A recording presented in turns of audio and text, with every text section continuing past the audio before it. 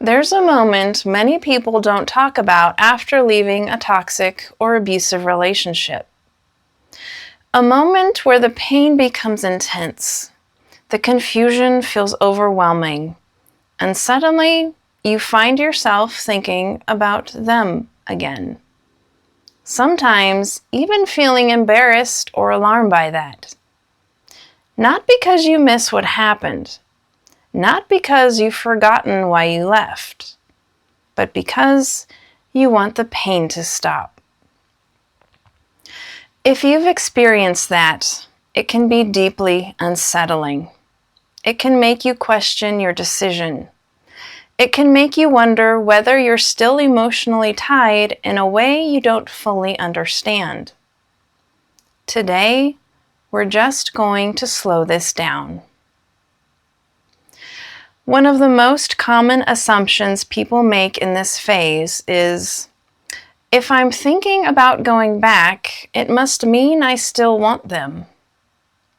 But that conclusion is often too fast, because what your system may be reaching toward is not always the person themselves, but the temporary relief you sometimes felt when contact happened again.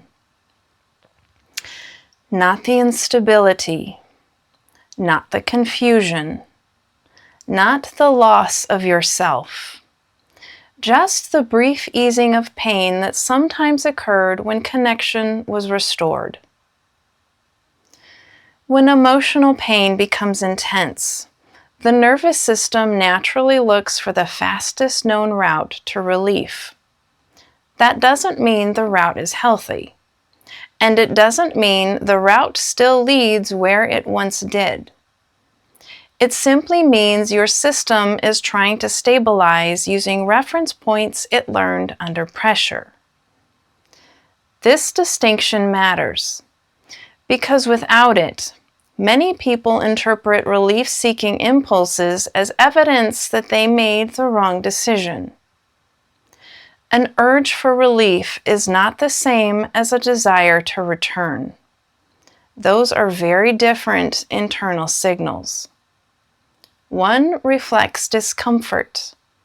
The other reflects intention. And in moments of distress, those can feel easy to confuse. There's also something quieter happening here. After prolonged instability, your system can become highly sensitive to emotional waves.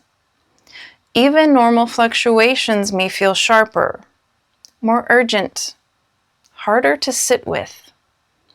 So when distress rises, your mind may reach backward toward the last environment where relief once seemed possible, even if that same environment was also the source of pain.